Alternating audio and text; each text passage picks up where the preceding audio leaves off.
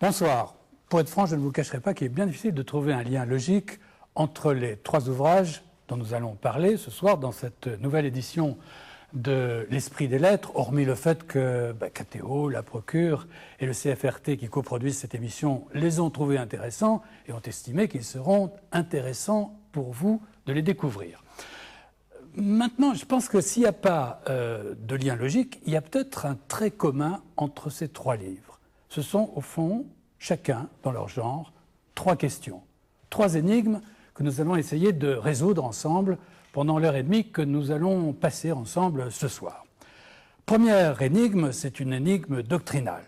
Au fond, comment une église, une religion, l'Église catholique, qui dessine un ordre social, peut-elle prétendre ne pas peser sur l'organisation sociale de nos contemporains? Comment est-ce que cette Église peut être à la fois dans le monde et hors du monde? Eh bien, cette question, nous allons l'évoquer avec Pierre de Charentenay, qui publie un ouvrage intitulé « Vers la justice de l'Évangile, introduction à la pensée sociale de l'Église ». Deuxième énigme, cette fois-ci, c'est une énigme tout à fait personnelle. Comment, ou plus exactement, qu'est-il arrivé à ce catholique anonyme, qui est d'ailleurs pas si anonyme que cela, parce que c'est un producteur connu de télévision, dont les émissions passent sur les grandes chaînes généralistes. Qu'est-ce qui lui est arrivé et pourquoi ça lui est arrivé à lui? Eh bien, cette énigme, nous essaierons de la résoudre avec Thierry Bizot, qui publie Catholique anonyme au Seuil. Et enfin, dernière énigme, cette fois-ci, alors, historique, qui était donc ce Campanella, ce moine qui a vécu à la charnière du XVIe et du XVIIe siècle, qui était à la fois philosophe, théologien, astrologue, magicien, qui a passé pratiquement la moitié de son existence dans les prisons de l'Inquisition, qui à la fois beaucoup marqué son époque et en même temps inspiré à une époque plus récente, au siècle dernier, les mouvements socialistes, voire les mouvements communistes. Eh bien, avec Jean Delumeau, l'historien bien connu, nous explorerons le mystère Campanella. C'est un ouvrage que vous publiez chez Fayard. Auparavant, avant de vous retrouver dans un instant, je vous propose de faire l'inventaire de l'actualité des livres du mois avec François Maillot.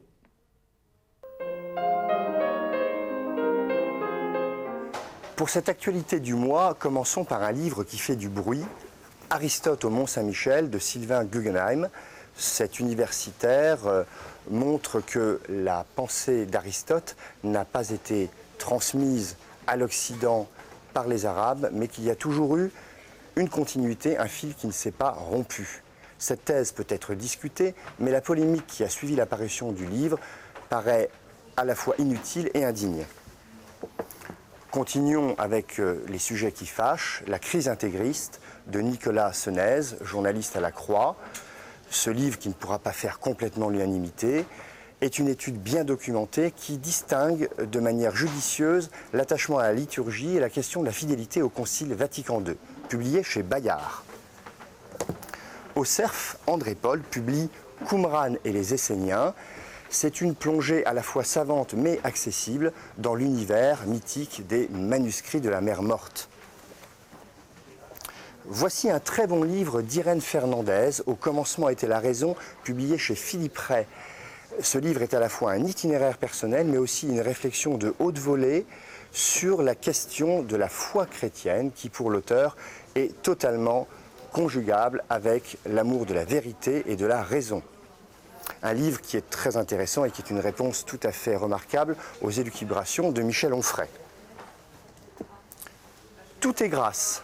Tel est le maître mot de ce livre de Dominique Poneau, Célébration de la gratitude aux presses de la Renaissance. C'est un livre dense, foisonnant et remarquablement écrit.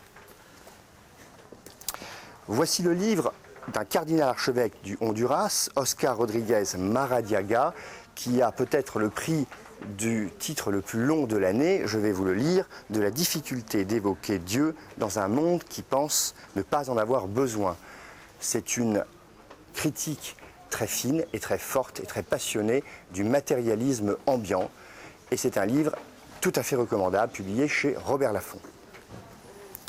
Enfin, pour terminer, signalons la parution en poche d'un livre de Henri Nouwen, remarquable livre, Le Retour de l'enfant prodigue, qui est une lecture du célèbre tableau de Rembrandt, lui-même illustrant une des belles paraboles de la miséricorde.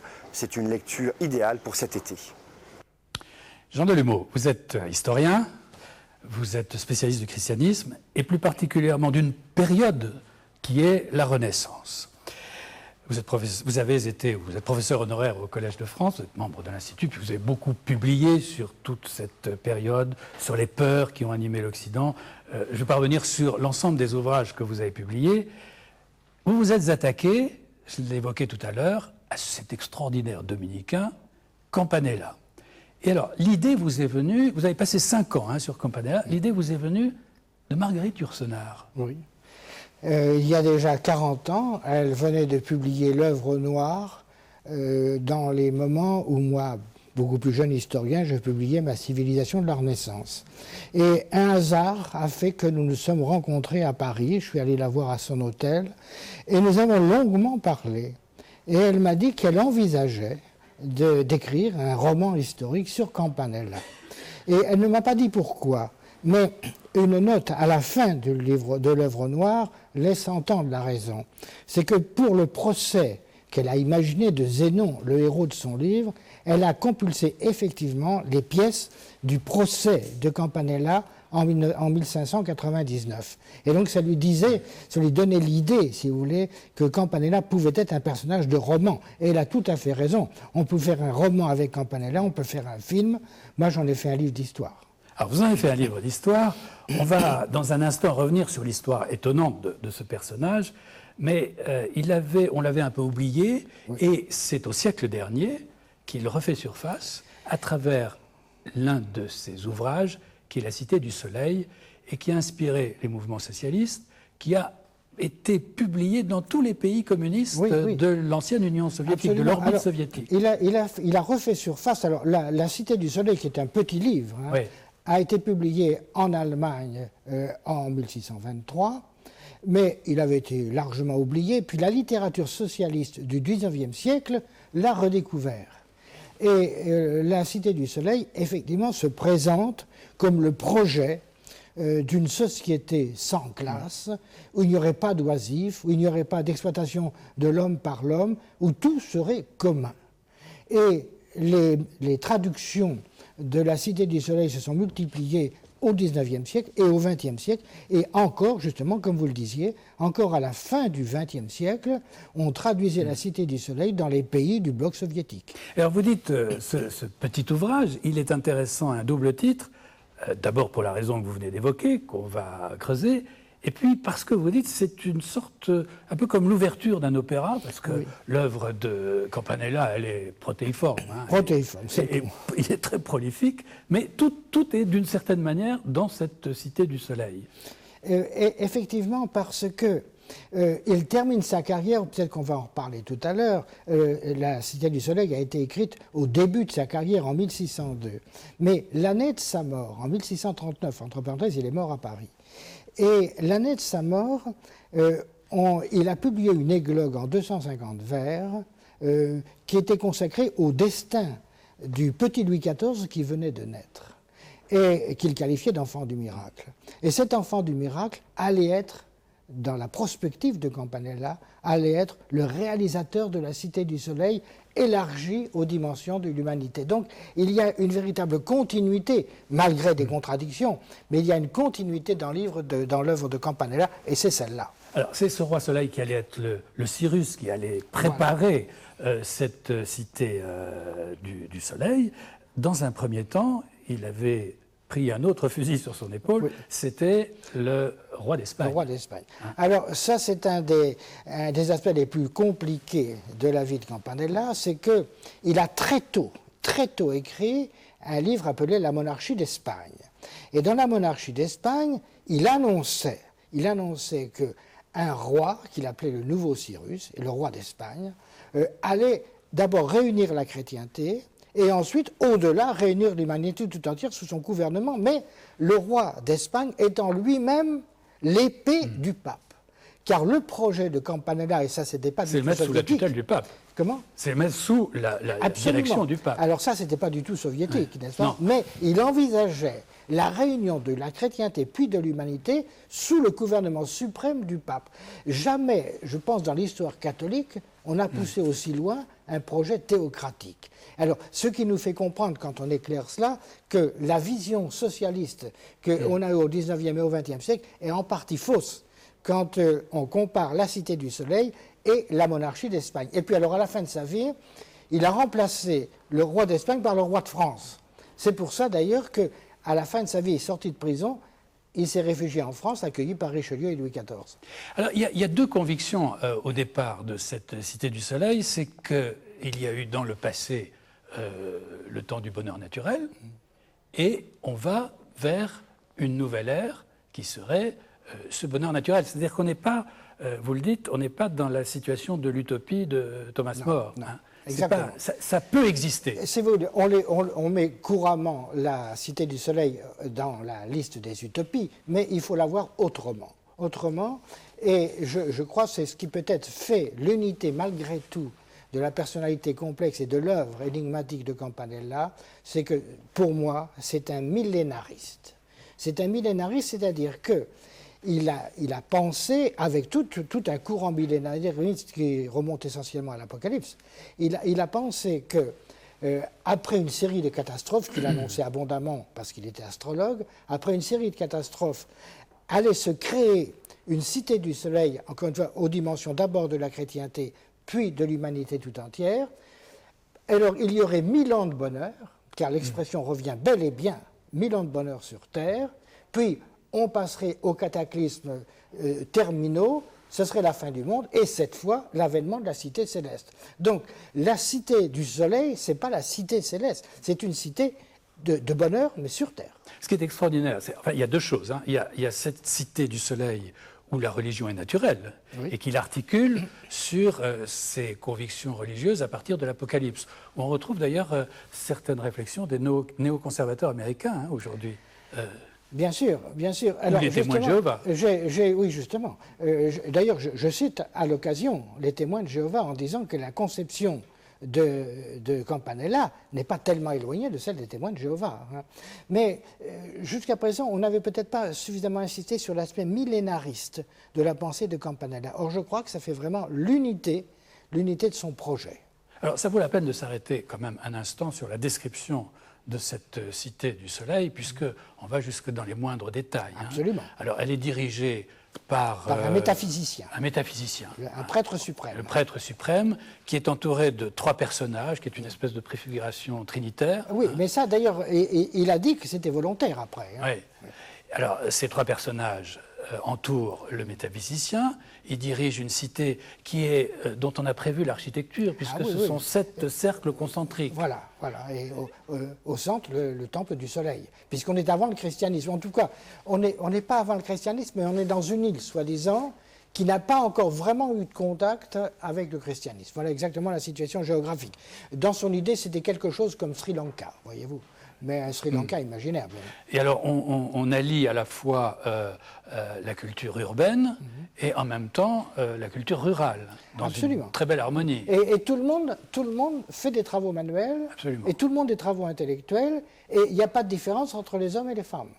Et ça, c'est quand même très novateur. Ah oui, indiscutablement, c'est très novateur. Parce que les garçons et les filles doivent recevoir l'ensemble de l'instruction. Obligatoire et gratuite, naturellement. Gratuite. Ce qui fait ce qui est un des aspects également curieux de sa vie, c'est que cet homme qui sentait le fagot, si vous voulez, entre guillemets, a néanmoins été l'ami d'un saint qui vivait à Rome, n'est-ce pas, de Giuseppe Calanzaro, qui a été le créateur des écoles pieuses, qui existent toujours, des écoles pieuses qui étaient destinées aux enfants pauvres. Et ça, c'était une innovation dans le christianisme de l'époque. Et les écoles piaristes existent toujours. Notamment en Pologne, par exemple. Tout est prévu, hein, vous le dites, dans cette cité, jusqu'à l'absurde. Oui, C'est-à-dire, jusqu'à la procréation. La procréation est réglée et prévue. Ah oui, mais... Alors, on essaie de... c'est pas de la fantaisie du tout. Hein. Ah non, puisqu'on... Aucune fantaisie de la procréation. Si j'ai bien compris, si j'ai bien suivi, les maigrelettes doivent se... Voilà, c'est-à-dire on choisit... conjuguer leurs désirs avec les gros et inversement. Voilà. Il y a des matrones qui sont spécialisées dans ce choix, n'est-ce pas? Donc, les gros avec les maigres et inversement... les petits avec les grandes et tout ce que vous voulez, pour de toute façon en faire une copulation harmonieuse, et alors en outre, et surtout en consultant les étoiles.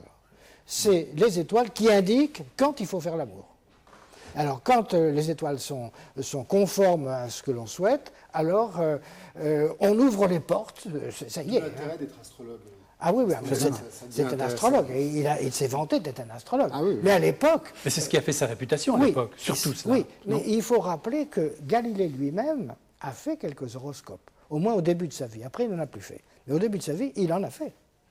Mais moi, ce qui m'a frappé quand même dans la description, je reste encore un instant sur cette cité du Soleil, vous disiez, évidemment, c'est pas la cité communiste, sauf que ça, on retrouve, poussé jusqu'à l'absurde d'ailleurs, ce qu'on a vu dans certaines sociétés, je pense à ce qui s'est passé au Cambodge. Oui, alors, absolument. Vous parliez de la réglementation de la procréation, c'est ce qui s'est passé au Cambodge. Oui, mais alors, il est évident que la Cité du Soleil, ensuite, dans la littérature socialiste, ça a donné une sorte de modèle absurde, comme vous dites, mais ça a servi d'une certaine façon de modèle. Et alors, d'autre part, là, vous parliez du Cambodge, je pense à la critique des oisifs dans la Cité du Soleil. Elle est extrêmement violente. Alors, les oisifs qu'il prend à partie, ce sont ceux qu'il connaît, c'est-à-dire ceux de Naples. Et la noblesse napolitaine est très sévèrement critiquée par Campanella. Oui, parce qu'il y a des choses très positives. Par exemple, la démocratie. Oui. Oui. C'est une vraie démocratie, mais c'est une démocratie... Bon, tout le monde participe, si vous voulez, au gouvernement, mais les nominations se font par en haut, quand même. Hein. Mais ça n'a pas beaucoup changé. Oui, oui. Alors, là où ça a évidemment inspiré les sociétés communistes ou socialistes, c'est que tout appartient à tout le monde. Tout appartient à tout le monde. Personne n'a rien à Et alors justement, le point le plus extrême, c'est que... C'est à chacun selon ses besoins. Oui, mais les enfants appartiennent à tout le monde. Car un des points forts de l'argumentation de Campanella contre la propriété, c'est que la propriété des enfants crée les débats, les haines, etc. Donc, si on supprime la propriété de la famille, la propriété des enfants, on va supprimer la principale cause de conflit dans la société. Donc, à partir de 3 ans au maximum, les enfants sont retirés à leurs parents, qui ne s'en occupent plus, et ils sont élevés ensemble dans des écoles spécialisées, etc. Alors, l'histoire de ce personnage qui se sentait comme un prophète, puisque dans cette tradition millénariste, il annonçait la proximité de l'avènement de ce type de société, est quand même extraordinaire. Il vient de Calabre, au fin fond de l'Italie, il est très pauvre. Très pauvre. Son père est illettré. Cordonnier illettré. Il rentre chez les Dominicains à 14 ans. Oui. C'est quand même tôt. Hein. Non, mais pour l'époque, pas tellement. Ouais. Pour l'époque, ce n'était pas extraordinaire d'entrer dans les ordres à 14 ans. Moi, quand j'étais jeune, à l'école française de Rome, je voyais en soutane des enfants d'une dizaine d'années dans les rues. Hein. C'est pas si vieux que ça. Hein.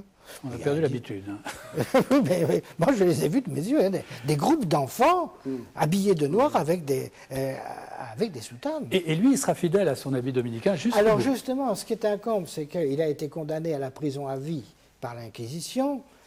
Là, vous verrez les détails dans mon livre. Mais il est toujours resté fidèle à l'ordre dominicain. Et quand il a été exilé à Paris, recueilli à Paris, il a obtenu l'autorisation, grâce à Richelieu, de loger dans le couvent dominicain du Faubourg Saint-Honoré. Et c'est là qu'il est mort, avec l'habit dominicain. Vous disiez, il a été donc emprisonné. Ça commence très tôt, c'est un rebelle quand même. Oui, c'est un rebelle. C'est un rebelle à tous les plans, d'ailleurs. Et ses premières prisons, donc il est né en 1568, et ses premières prisons commencent en 1593 à Padoue, puis à Rome. Il est d'abord emprisonné par son propre prieur, si je comprends bien, parce qu'il s'est moqué de l'affichage d'une excommunication dans le couvent. Oui, à Naples. C'est à Naples. Oui, c'est ça. Oui, alors, et effectivement, il s'est moqué d'une excommunication qui avait dû être affichée sur les murs de la bibliothèque du couvent dominicain, du principal couvent dominicain de Naples. Oui. Mais la véritable raison ensuite pour laquelle il va faire un si long temps de prison, il est condamné à perpétuité par l'Inquisition, c'est parce qu'il a pris, on le soupçonne d'avoir participé à la révolte. Voilà. Alors, je dirais que vous êtes très bienveillant, parce qu'il a bel et bien inspiré. Bel et bien inspiré. Vous dites il l'a inspiré, mais il n'a pas vraiment participé. Il n'était pas sur le devant de la scène. Ouais. Il n'était pas sur le devant de la scène, mais il était, par ses prophéties, il était incontestablement l'inspirateur d'une conjuration qui devait provoquer une révolte en Calabre. Et alors, ce qui nous paraît totalement chimérique, mais qu'il croyait vraiment qu'il allait installer en Calabre une espèce de micro-république communiste qui ferait tache d'huile, d'abord en Italie et ensuite dans le reste du monde. Donc on retrouve ce que vous disiez au début. Ce rêve, c'était également le rêve des anabaptistes de Münster qui se sont emparés de cette ville de Westphalie en 1534-35 et qui forment la toile de fond du roman de Marguerite Yourcenar. Alors, en prison, ça va être effrayant ce qu'il va subir. Alors, il faut dire les multiples tortures que vous décrivez. Voilà, alors justement, bon, je me suis peut-être un peu trop étendu sur la séance de torture, mais il faut dire que ça fait partie de la célébrité. Alors, j'explique que... Mais ça, il les a vraiment subis, ces tortures. Ah oui, c'est-à-dire que ça s'appelait la veille, la veille. Oui. Donc, le patient était soumis à une torture qui l'empêchait de dormir pendant au maximum 40 heures. Pour Campanella, ça a duré 36 heures. Et alors, on l'a empêché de dormir durant tout ce temps, avec un certain nombre de raffinements qui rendaient sa situation physique extrêmement douloureuse. De sorte qu'il a perdu, il l'a dit, mais c'est vrai, plusieurs livres de sang, en fait, dans ces tortures. Et alors, ce qu'il faut dire, la torture était destinée à le faire avouer qu'il n'était pas fou. Parce qu'il a simulé la folie. Il a simulé la folie parce que l'Inquisition ne condamnait pas les fous à mort. Et sinon, il était brûlé. Sinon, il était brûlé, ou en tout cas décapité, ou tout ce que vous voulez. Enfin, bon, normalement il aurait dû être brûlé. Hein. Mais il a évité effectivement la condamnation à mort en simulant la folie. Et le tribunal, finalement, a pensé qu'il devait être fou, et donc l'a condamné à la prison perpétuelle. Mais ce qui n'était peut-être pas fou, il était peut-être un peu fou quand même, non? Alors ça, c'est pas impossible. Voilà. Simplement, alors il y a quand même cette anecdote, je mets entre guillemets, hein, cette anecdote, à la fin du supplice des 36 heures, un des bourreaux l'a emmené sur son épaule pour le ramener à sa cellule, et il lui a dit à l'oreille, est-ce qu'il croyait que j'étais assez couillon pour me vendre? Parce que ce personnage, là, je crois que c'est l'unique portrait qu'on a de lui. Il n'est pas très beau. Il n'est pas très beau. Mais il doit avoir une forte constitution. Hein. Oui, alors justement, il avait une très Il est resté combien de temps en prison? Eh ben, il a au moins une trentaine d'années. Une trentaine d'années. Oui, oui. Alors ce qu'il faut dire aussi, c'est qu'il avait une mémoire absolument prodigieuse, puisqu'il a presque tout écrit en prison. Hein, et sans livre, pratiquement. C'est un surdoué. C'était un concept, du point de vue mémoire, c'est un surdoué. Et en écrivant ce livre, pour ce qui est de sa mémoire, je pensais à Solzhenitsyn. Solzhenitsyn, nous savons qu'il avait une mémoire extraordinaire qui lui a permis d'écrire, de se souvenir. Il avait des textes par cœur qu'il connaissait au goulag. Parce que c'est incroyable, parce qu'il a pu écrire pendant cette Il a presque tout écrit en prison. Moi, je trouve que c'est un surdoué, mais c'est en même temps quelqu'un qui a une mémoire et une capacité de travail incroyable. Et puis surtout une capacité de rester dans la ligne qu'il a choisie pour, en prison, tenir, être capable d'écrire et simuler le fou, parce que je crois qu'il le simule, et sans craquer. C'est comme un tempérament d'une force. En même temps, il est un peu fou dans le sens où il rêve, quoi. Il rêve beaucoup. Prophétisme, il rêve. D'aujourd'hui, enfin, récent, c'est Jean Edernalier. C'est-à-dire qu'il a un petit côté révolté permanent. On ne sait pas trop pourquoi. Il change quand même, il a des sincérités successives quand même. Hein. Oui, absolument. Oui, mais enfin, il y a des constantes. Par exemple, la première constante, et ça démarre très tôt, quand il est novice, c'est qu'il ne peut pas voir Aristote. Ah oui, alors Aristote, là, lui sort par les trous de nez, et ce qu'il n'aime pas chez Aristote, si j'ai bien compris, c'est son idée de concepts généraux, universels. Voilà. Et le grand reproche qu'il fait à Aristote, c'est de s'attacher à des concepts plutôt qu'à l'observation de la nature. Et donc, il propose le retour à la nature, ce qu'il appelle le livre. Alors, il y a de très beaux thèmes, d'ailleurs, qui sont également chez d'autres, notamment chez Galilée, le thème des deux livres. Les deux livres qui nous instruisent, c'est la révolution, c'est la révélation et la nature. Et alors, lui, il fonde toute sa philosophie scientifique sur l'observation de la nature. Est-ce qu'on peut dire que c'est un philosophe? Est-ce qu'il a Alors, apporté lui, quelque chose il se en proclame philosophie? philosophe. Oui, oui. Il se proclame philosophe. Mais il faut dire que le mot philosophe n'a pas exactement le même sens qu'aujourd'hui. Quand il dit qu'il va faire de la philosophie, pour lui, c'est également de la science. Alors que nous distinguons la philosophie et la science, la philosophie étant souvent une réflexion sur la science, lui, il associe étroitement les deux, et quand il parle de la philosophie naturelle, il faudrait traduire par science. Alors, ce qui est extraordinaire toujours chez ce dominicain, rappelons qu'il est dominicain, d'ailleurs, il a quelques problèmes avec saint Thomas, parce que saint Thomas était aristotélicien, alors il explique que saint Thomas... Il s'est tiré d'affaire avec une certaine habileté. Parce que c'est un habile aussi. Et oui, il est très habile. Il est très habile. Il n'était pas fou quand même. Hein. Il est très habile parce qu'il a dit saint Thomas. Il est vrai que saint Thomas a essayé de christianiser Aristote, hein, mais alors en substance, Campanella a dit que saint Thomas ne pouvait pas faire autrement. Il n'aurait pas été compris en son temps s'il n'avait pas essayé de christianiser Aristote. Alors, il est magicien et astrologue. Il faut que vous nous expliquiez un peu cela, parce que ça peut paraître étrange aujourd'hui. Alors, oui, absolument. Alors, écoutez, je vais vous expliquer par un exemple qui va vous faire sourire. Mais il raconte, au chapitre de la magie, parce qu'il se donne effectivement comme un grand magicien, il raconte le fait suivant. Quelqu'un à Naples avait eu un accident et avait perdu une grande partie du nez. Alors on lui a fait une greffe. On lui a fait une greffe avec de la chair prise dans le bras d'un esclave que pour la circonstance on avait affranchi. Apparemment ça a réussi. Mais au bout de 3 ans, le donneur est mort. Alors à ce moment-là, le nez a mis à se corrompre et à se détacher. Voyez-vous. Alors voilà, c'est ce qu'on appelle le panvitalisme. Oui. Tout communique avec tout. Et le magicien est celui qui connaît justement les recettes par lesquelles tout communique avec tout. Et c'est ce qui explique l'astrologie, puisque les astres sont déterminants sur les tempéraments. C'est un des grands problèmes d'ailleurs que Campanella a eu avec l'Inquisition, dans la suite de sa carrière, c'est qu'il a toujours... naturellement, il a essayé de se mettre en accord avec l'Église, mais en même temps, il a toujours enseigné que les civilisations et les religions sont commandées par les étoiles. Alors là, ça allait loin. C'était un peu délicat du point de vue du Saint-Office. C'est curieux, c'est à la fois un ancien et un moderne. C'est un ancien parce que tout est organisé par le système des étoiles qui commande tout. Et puis l'Église doit être une espèce de triangle massif avec le pape au sommet. Puis c'est un moderne parce qu'il s'intéresse à Galilée, il se bat contre Machiavel, il s'intéresse aux sciences. Donc il a un esprit très curieux et très ouvert. Comme vous dites, une des questions que je pose dans mon livre, dans quelle mesure est-il un moderne, dans quelle mesure est-il un ancien? Je dirais c'est un Janus bifront. Oui. Mais il a quand même écrit une apologie de Galilée, qu'il a écrite en prison, publiée en Allemagne par des luthériens, alors que lui-même était un farouche anti-protestant. Comprenne qui peut. Et en même temps, sur Galilée, à la fois, il dit... il le rejoint, mais il préfère que ça reste une hypothèse. Justement, c'est un des problèmes difficiles de Campanella. Il a une admiration sans borne pour Galilée. Mais en même temps, il semble, lui, Campanella, n'avoir jamais vraiment adhéré au système de Copernic. C'est là qu'est le problème.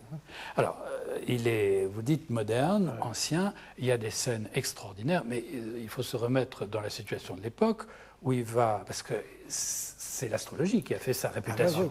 Et le pape, alors je sais que ça vous a beaucoup frappé. Merci, Père. Alors, il y a une séance extraordinaire avec le pape Urbain. Il y a une rencontre de Campanella avec Urbain VIII.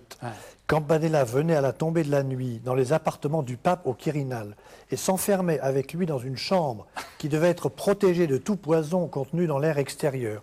Ils s'habillaient de blanc, l'un et l'autre, le pape, et adressaient une intense prière au Créateur maître des astres. La chambre était tendue de soie blanche sur laquelle se détachaient les signes du zodiaque. L'air était rempli de vinaigre additionné de roses et d'eau odoriférante. Campanella avec le pape. Alors il est quand même prisonnier à l'époque. Il est encore prisonnier. Alors, il sort de prison. Il sort de la prison de l'Inquisition, il sort en secret, mais naturellement, ça s'est su, tout se sait à Rome, et le pape a dû ne pas continuer dans cette voie. C'est-à-dire qu'il voulait se rapprocher d'Urbain VIII, puis ensuite il s'en est éloigné, et Urbain VIII lui-même a changé d'avis. Alors justement, Urbain VIII ne pouvait plus tenir ce rôle à Rome. Par contre, il a laissé partir Campanella en France. Richelieu l'a accueilli à bras ouverts. Alors justement, une découverte récente, qui n'est pas de moi, mais une découverte récente d'une historienne italienne, c'est que Richelieu avait demandé à Campanella un petit texte sur la lecture des lignes de la main. Et ce texte a été retrouvé ces dernières années. Alors, il y a cet aspect chez Campanella, et en même temps, vous disiez, un formidable novateur, il découvre ou il annonce des choses qui paraissent d'une grande modernité. Par exemple, quand il dit, sur tous les sujets, la fièvre.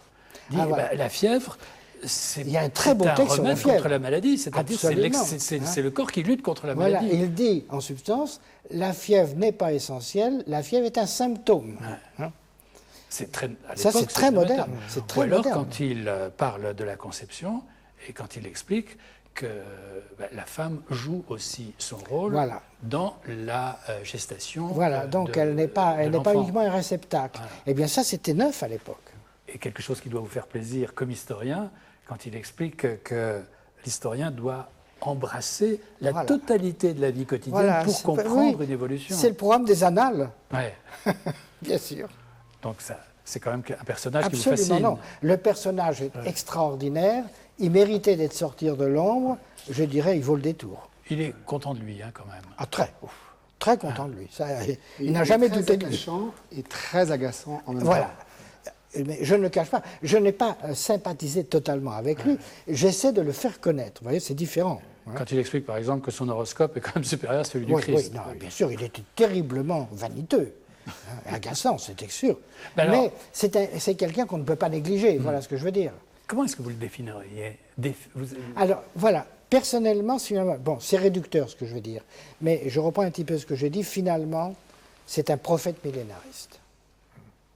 Si on veut rétrécir, mais capter l'essentiel, je crois qu'il faut dire ça. Mais ce n'est pas un imposteur. Non. Il ne joue pas. Ah non, c'est pas un imposteur, il est sincère.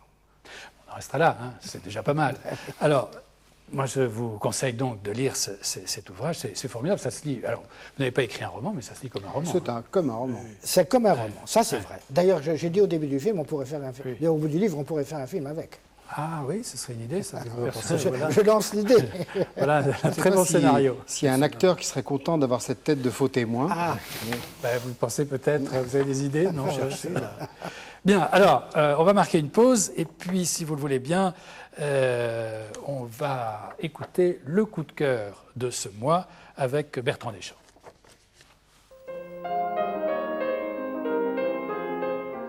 Voici un livre rare de ceux qui doivent leur succès à un très beau bouche à oreille, les histoires lapidaires de Vézelay. On connaît déjà son auteur Édith de l'Aéronnière pour une très bonne biographie du père Teilhard de Chardin. Elle a passé de longs moments, de longs hivers, à scruter les chapiteaux de la nef de Vézelay et a choisi d'en commenter 40.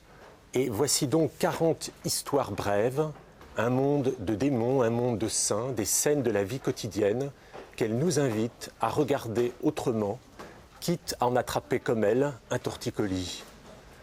Nous sommes entre la poésie, l'histoire de l'art, la méditation biblique. On pense au père Baudiquet, on pense au père Brault et surtout à Jules Roy dont elle a eu la chance d'habiter la maison. Faites comme moi, courez découvrir ou redécouvrir Vézelay avec ses histoires lapidaires aux éditions Fanlac. Thierry Bizot, vous êtes arrivé une bien curieuse aventure. Oui, ça c'est le moins qu'on puisse dire. Vous avez un parcours linéaire, ascendant. C'est vous qui le dites. Non, mais attendez, le lycée Henri IV, c'est pas mal. Préparation HEC, l'ESSEC, L'Oréal, directeur du marketing en Belgique, L'Oréal Parfumerie, M6, création d'une boîte de production avec Emmanuel Chin, des émissions qui passent sur les grandes chaînes. Donc, tout, vous réussissez. Tout va bien. Et puis, tout à coup, vous faites une étonnante rencontre. Oui, absolument. Avec le professeur de mon Non.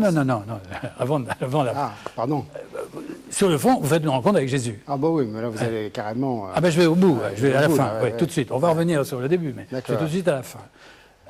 Vous faites cette rencontre. D'abord, pourquoi est-ce que vous dites que c'est un roman? C'est un roman, en fait, c'est un récit, c'est un roman autobiographique. Il y a quelques tout petits détails qui sont romancés, notamment sur les passages un peu désagréables qui me sont arrivés, où qui étaient importants par rapport à ce qui m'arrivait, mais je ne voulais pas que les gens se reconnaissent, donc j'ai romancé 2-3 passages. Mais voilà, en fait, c'est un récit. C'est un récit, oui, c'est un récit autobiographique. C'est un roman autobiographique ou un récit. Enfin, c'est tout à fait conforme à la réalité. Voilà. D'accord. Et donc, pour aller tout de suite au but, je vais vous lire un passage, relire un passage. J'ai l'impression, dites-vous, d'entretenir une liaison secrète avec Jésus, un amour caché, et je comprends l'euphorie que doivent éprouver ceux qui se lancent dans une liaison extra-conjugale, tout à coup, songer à son amant ou à sa maîtresse qui vous attend dans un endroit secret. La seule différence, c'est que vous ne vous sentez pas coupable. Exactement. C'est étonnant comme comparaison, hein ? Bah, c'est la meilleure comparaison que je puisse trouver, notamment en fait aux gens qui me posent la question et qui me disent mais qu'est-ce qui t'est arrivé ? Explique-nous concrètement qu'est-ce que ça veut dire, sachant que moi je ne suis pas un érudit comme vos invités de ce soir. Je suis quelqu'un d'assez simple et que effectivement j'ai eu une éducation catholique classique dans un milieu bourgeois. Et un jour, d'ailleurs, je me suis rendu compte que j'avais l'éducation spirituelle d'un enfant de 10 ans, puisqu'au fond, j'ai un peu arrêté avec le catéchisme et que je ne me suis pas tellement occupé comme beaucoup de gens. Et donc, c'est là généralement qu'on se rend compte en vieillissant qu'en revanche, on mûrit dans sa vie et que dès qu'on a des discussions spirituelles, c'est comme si on sortait la comtesse de Ségur pour se défendre. Donc, effectivement, on est complètement décalé par rapport à la réalité. Et donc du coup, j'essaie d'exprimer les choses de façon très simple, parfois un peu naïve. Mais c'est vrai que quand on me demande ce qui m'est arrivé, je dis effectivement, je crois que c'est comme si effectivement j'avais une relation personnelle avec Jésus. Je vois bien en le disant, parfois je me sens un peu ridicule de le dire, mais je le dis quand même parce que c'est quand même ça. Voilà, une relation amoureuse. D'ailleurs, l'autre image que je prends aussi, c'est de dire, c'est comme si, moi je suis un grand fan par exemple de musique, je suis un grand fan de David Bowie. Bon. Quand je vais au concert de David Bowie, je suis à côté d'un gars qui a une grosse bière, qui a les cheveux rasés, qui a les tatouages partout, avec qui j'ai pas grand-chose en commun. Mais enfin, on est quand même tous les deux au même concert de David Bowie. Rien que pour ça, je le trouve sympathique. Donc moi, maintenant, avant, j'allais à la messe par obligation. Je trouvais que les gens qui étaient là avaient l'air de s'ennuyer comme moi. Et maintenant, au contraire, j'ai l'impression qu'ils sont heureux d'être là, comme moi. Et je me sens proche d'eux à cause de ça. Quand je croise une bonne sœur dans la rue, j'ai envie de lui dire je suis comme vous, moi. Je suis de la maison.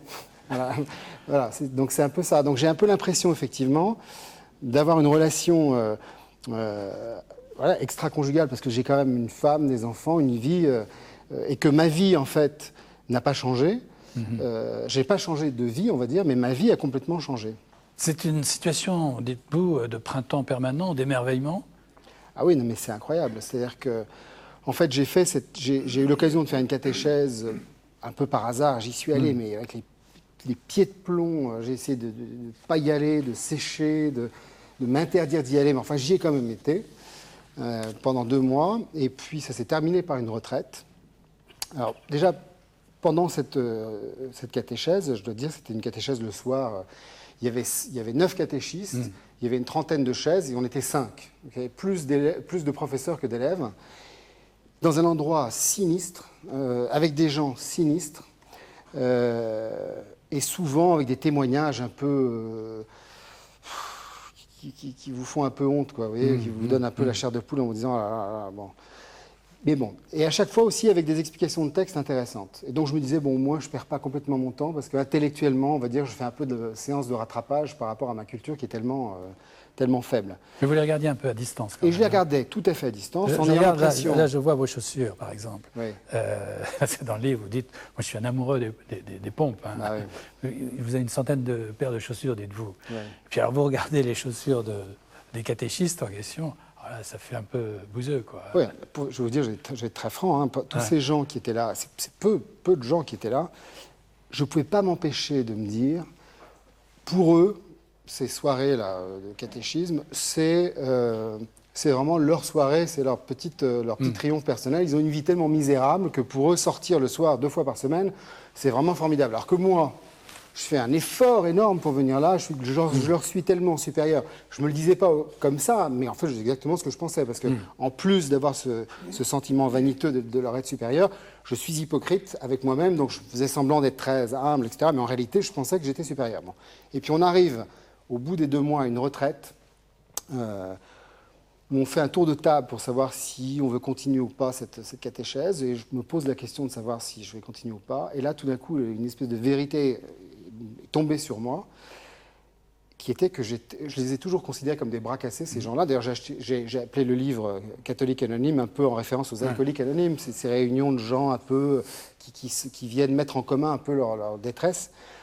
Et tout d'un coup, je me suis rendu compte que ce n'était pas un hasard si j'étais là. J'étais moi aussi un bras cassé, j'étais absolument comme eux, et que je m'étais raconté une histoire et un film depuis le début, et que je leur étais en rien supérieur, que j'étais exactement comme eux.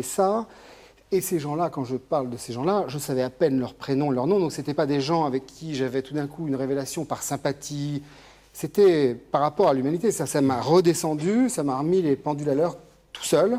Et du coup, ça m'a d'ailleurs énormément ému. Hein. Même en parlant là, ça m'émeut encore rien que d'y penser. Mais alors, quand on reprend le fil du récit, ce bras cassé dont vous dites que vous êtes découvert comme les autres, on le pressent un peu au début. Parce que comment ça commence, votre histoire ? Votre fils a, comme beaucoup de garçons de son âge, quelques ennuis scolaires. Vous allez voir son prof principal, vous parlez de votre fils, il vous dit c'est pas grave, ça, tout va bien. Et pourquoi vous restez avec lui et vous lui parlez de votre père ? Parce que... Il y a une faille là, non ? Oui, non, mais de toute façon, forcément... Ah oui, on a tous une faille, là, enfin, je veux dire. Une faille, non, mais parce qu'il est très construit, votre bouquin. Oui. Hein ? Mais ça a commencé comme ça. D'ailleurs, après, quand je suis retourné à la messe, toute cette liturgie que je trouvais très ennuyeuse dans mon enfance a peu à peu, progressivement, pris toute sa valeur. Il y a des paroles qu'on dit sans y réfléchir et qui, d'un coup, m'émeuvent beaucoup. Notamment, on dit seulement une parole et je serai guéri. De quoi ? Je pense que ce professeur, en fait, m'a dit une chose. C'est pour ça que j'ai commencé le livre comme ça, parce que je crois que c'est ça qui a tout déclenché. Lui-même, ce professeur, en fait, est un catéchiste. Il était en fait le catéchiste, j'ai appris après, ça, catéchiste des catéchistes. Bon. Et donc, il m'a dit, on a parlé un peu de l'éducation des enfants, je lui disais juste, voilà, mon fils, tout d'un coup, se met à moins bien travailler, je me rends compte qu'en fait, en tant que père, je suis nul. C'est-à-dire que je fais de mon mieux, j'aime mes enfants, c'est pas un problème. Mais en fait, tout ça, je ne fais que des prototypes, donc ils sont forcément... je suis donc un père raté qui fait des enfants ratés par définition. Bon. Et du coup, évidemment, je parle de mon père. Et ce type, en fait, pourquoi je lui parlais ? Parce qu'il avait un très bon regard, une bonne tête, un bon regard, vraiment... je sais pas, il m'a écouté. Et puis il m'a interrompu au bout de 10 minutes. Et il avait raison de le faire parce que je suis très bavard, je vous préviens. Donc vous pouvez m'interrompre quand vous voulez. Et donc il m'a interrompu en me disant, écoutez, si je puis me permettre, une remarque, je ne vous connais pas, c'est la première fois qu'on se voyait, ça faisait 10 minutes qu'on était dans cette petite pièce, il y avait 12 parents d'élèves qui attendaient dans la cour. Il me dit, voilà, je vois que vous avez des doutes, et c'est normal, comme père, moi j'ai beaucoup d'enfants, j'ai des doutes aussi, c'est normal, on se pose des tas de questions. Mais quand on vous voit, vous occupez l'espace, vous parlez, vous avez de l'énergie, physiquement vous êtes grand, vous avez l'air d'avoir effectivement une carrière qui marche pas mal, etc. Mais c'est ça que votre fils voit. Il ne voit pas les doutes que vous avez, il voit ça. Et peut-être que c'est lourd à porter pour lui. Si seulement vous lui disiez, une fois de temps en temps, que vous avez des doutes, que vous ne savez pas non plus tout, que bon, ça le soulagera peut-être énormément. Et je suis sorti de là extrêmement ému par cette phrase-là, par ce qu'il m'avait dit. Et je me suis dit, moi j'ai fait des années de psychothérapie, donc je sais ce que c'est pas la psychologie à quatre sous. Je me suis dit, c'était pas forcément, disons, une révélation intelligente, psychologique, auquel j'aurais pas pensé. Il a touché juste, et d'ailleurs je remarque dans les témoignages que je reçois sur ce livre, beaucoup de gens sont touchés par ce démarrage-là, parce tout à coup ils le comprennent. En fait, je crois que c'était aussi dû à notre époque, des parents de nos âges, moi par rapport à mes parents. C'est vrai qu'il y a une très grosse différence culturelle qui fait que Nous, on se pose la question de savoir si nos enfants sont heureux, qui est une très mauvaise question, parce qu'en finalement, ça ne nous regarde pas. C'est leur problème d'être heureux, c'est pas le nôtre. Et du coup, on se met une pression énorme pour qu'ils soient heureux, parce qu'il faut qu'ils soient équilibrés, il faut qu'ils fassent des activités, il faut qu'ils soient épanouis, il faut que ceci, il faut que cela. Alors que nos parents se posaient une question beaucoup plus simple, qui était, sont-ils bien éduqués? C'était quand même beaucoup plus dans leurs attributions, finalement. Et donc, je pense que notre génération, on est là, on se voit petit et inquiet par rapport à ce rôle de parent, et on ne voit jamais, on ne mesure pas l'effet qu'on fait sur nos enfants. Mais on a le sentiment, quand on passe du début à la fin de votre livre, que vous passez d'une boule d'inquiétude, d'angoisse, presque de culpabilité, à une espèce de... À la fin, vous êtes bien dans vos baskets, quoi. C'est un peu ça. Vrai, c'est vrai. Bon. D'ailleurs, mon associé Emmanuel Chin m'a dit, en lisant, après avoir lu le livre, il m'a dit, mais je me rendais pas compte que tu étais tellement angoissé. En plus, par notre métier, notre entreprise, etc., qui marche plutôt bien. Bien sûr, il y a des difficultés comme toujours, mais je me dis, c'est fou, quoi. C'est fou de vivre à côté de quelqu'un qui est aussi angoissé et qui ne le montre pas. Bon, mais alors ces séances de catéchèse, là, parce que vous y allez, après vous hésitez, est-ce que j'y retourne? Bon, bref, on ne va pas rentrer dans tous les détails, mais on sent qu'il y a des moments où vous n'avez pas tellement envie d'y aller, mais vous y retournez toujours. Ça se déroule un peu, je veux dire, je parle sous l'autorité du père jésuite, comme des exercices spirituels, hein. Donc ça commence... Non, mais attendez, ça commence par quoi, hein? La première séance, ou les deux premières séances, c'est sur tout ce qui... C'est sur cette espèce de problème de la mort lente. Enfin, c'est comme le corbeau d'Edgar Poe, quoi. Nevermore. On sent que ça vient goutte à goutte. Ouais. Alors, il vous fait éprouver ça. Hein. C'est bien ça. Oui, c'est ça. Ils sont astucieux, vos catéchèses. Ah ben ça, ils sont peut-être très astucieux, hein, mais ça, c'est sûr, parce qu'ils ont réussi... Ils ont réussi à m'attraper, en tout cas.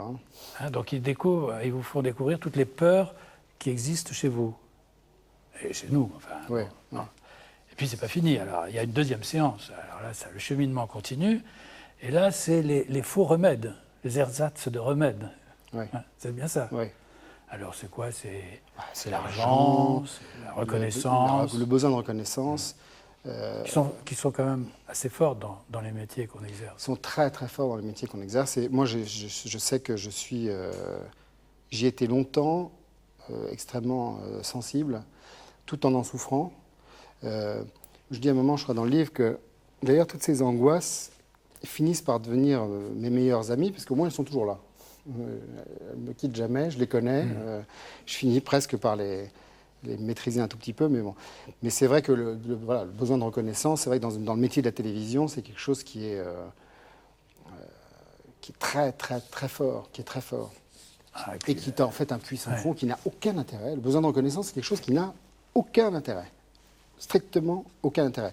C'est-à-dire qu'en fait, quand on a la reconnaissance, on ne la reconnaît pas. C'est ça qui est terrible. Donc on en veut toujours plus. C'est une catastrophe. C'est comme une drogue. C'est une drogue. C'est une drogue.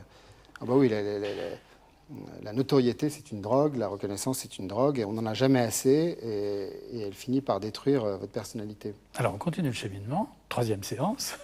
C'est quand même très bien construit, très rythmé. Alors, je ne sais pas si c'est le roman, enfin, le récit romancé ou les catéchèses qui sont organisées de manière très stricte.